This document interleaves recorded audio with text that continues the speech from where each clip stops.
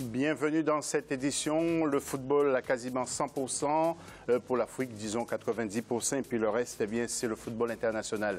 Nous allons voir le sommaire de cette édition. Nous parlerons d'abord en images de la première journée des éliminatoires de la CAN 2019 au Cameroun, avec quelques surprises au cours de cette journée. Deuxième grand titre, le Cameroun et les grands chantiers pour la CAN 2019. Les choses sérieuses se mettent en place. Et puis, Coupe des Confédérations, pas de la Confédération, mais des Confédérations. Et le mondial à 48 équipes, nous entendrons Georges Weah. Notre plateau maintenant, eh bien, nous avons un grand champion du monde avec nous, des poids moyens, c'est M. Hassan Dam, qui est franco-camerounais, mais quelquefois dans les interviews, il dit qu'il est juste français. Il ne veut plus être camerounais. Il va nous confirmer tout à l'heure. Bonjour. Bonjour Hassan. Nous avons avec nous également nos éditorialistes, Noureddine Sali, qui fait son grand retour. Bonsoir Noureddine. Bonsoir José, bonsoir à tous. Et qui est très sage et calme. Et puis bien sûr Sami Mochtabi, qui revient d'une grosse quinzaine à Roland-Garros. Ça s'est bien passé? Très bien, très bien. Très bien. Bonsoir à tous. La question de l'FC, pourquoi selon vous le football en Afrique a du mal à remplir les stades? Vous n'hésitez pas, comme d'habitude, vous allez sur nos réseaux sociaux, sur Twitter également, et vous intervenez tout au long de cette émission. Après ce jingle, nous parlerons de ces fameuses éliminatoires de la CAN 2019 au Cameroun.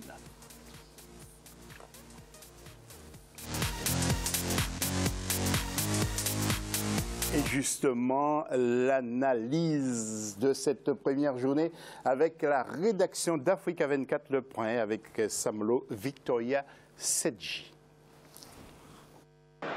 Pas de grosse surprise à la fin de la première journée des éliminatoires de la CAN 2019 de football ce 11 juin 2017. Les rencontres se sont achevées dimanche sur plusieurs victoires comme celle de l'Algérie, du Bénin, de la République centrafricaine, du Ghana, de l'Afrique du Sud, de la Guinée ou encore de la Tunisie. Dans le groupe D, l'Algérie s'est imposée 1-0 devant la sélection du Togo. Les écureuils du Bénin face à la sélection gambienne ont gagné sur la plus petite des marques 1-0. L'unique but de la rencontre a été l'œuvre de Stéphane Sessignon à la 52e minute.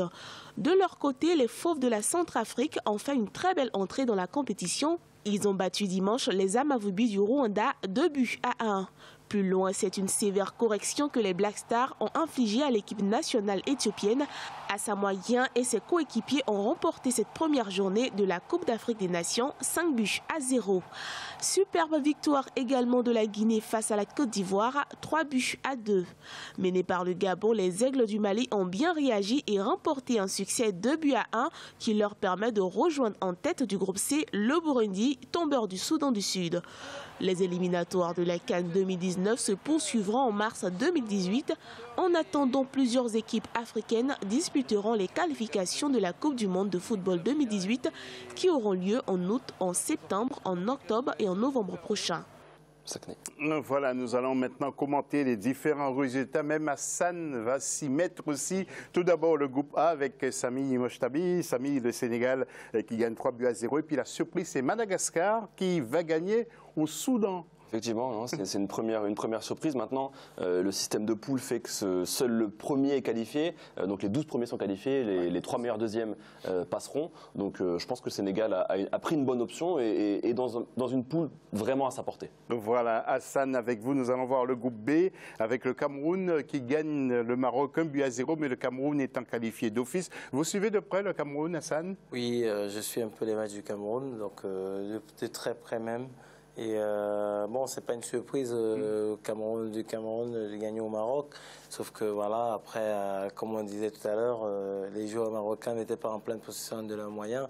Mais on ne va pas leur enlever le mérite au Cameroun. Voilà, justement, Noureddine Sali va nous expliquer les raisons de cette défaite du Maroc 1-0 face au Cameroun. D'abord, il faut faire attention à nos places parce que Hassan, il ne fait pas que la boxe. Il analyse très bien le football.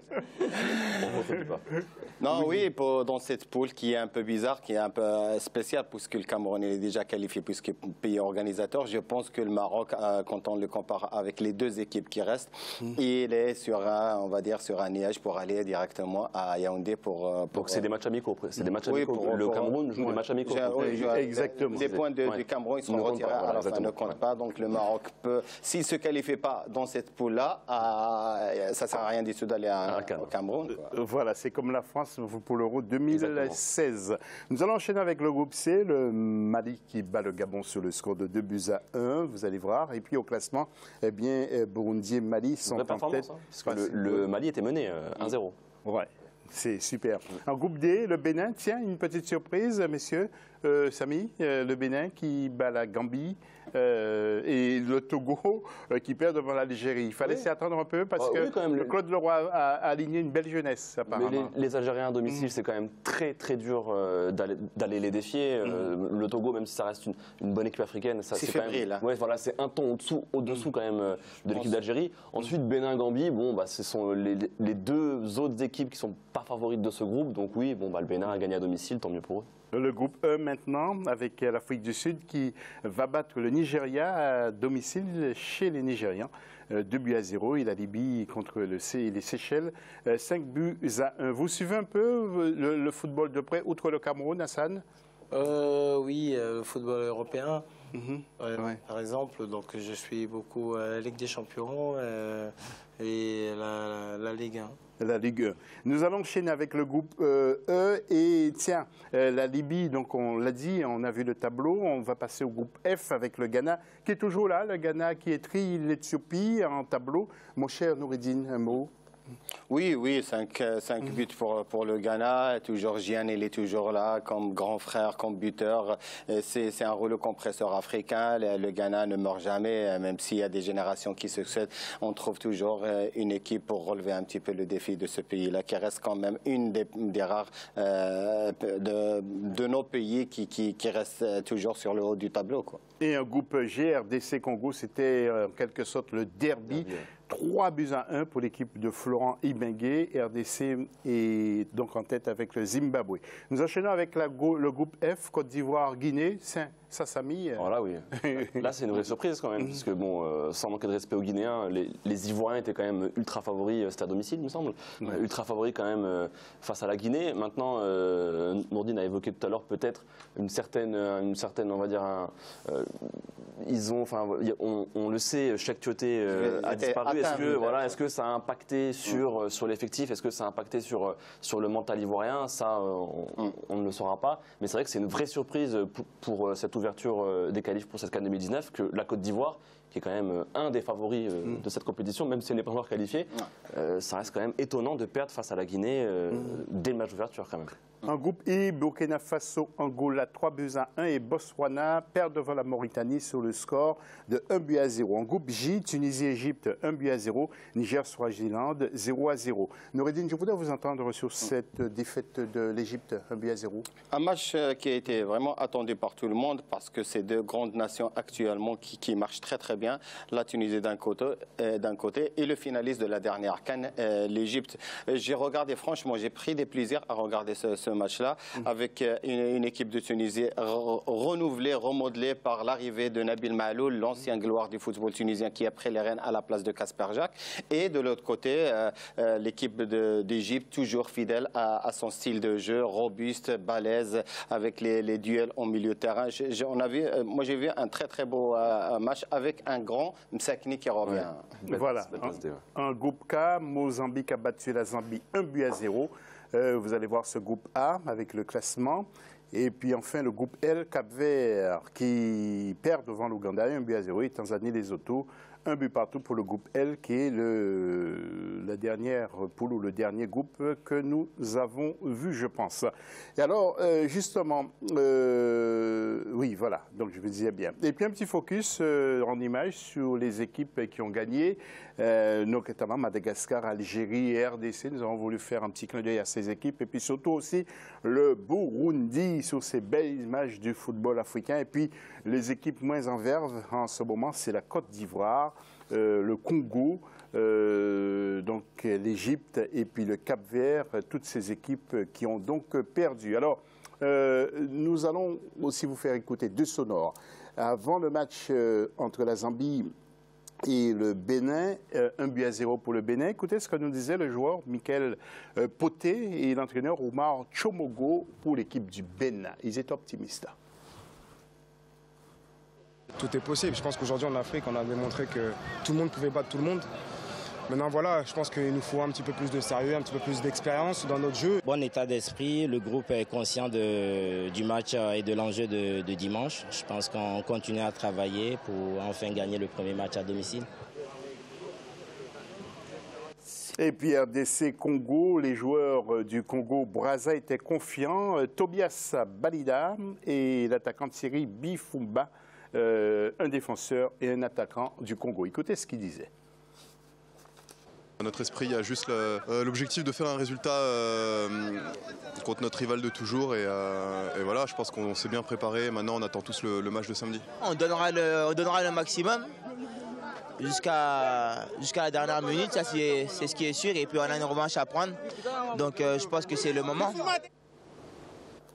Nous enchaînons avec l'annonce de la disparition du footballeur ivoirien tchèque Ismaël Thioté. Ibrahima Duma Ba revient sur sa carrière.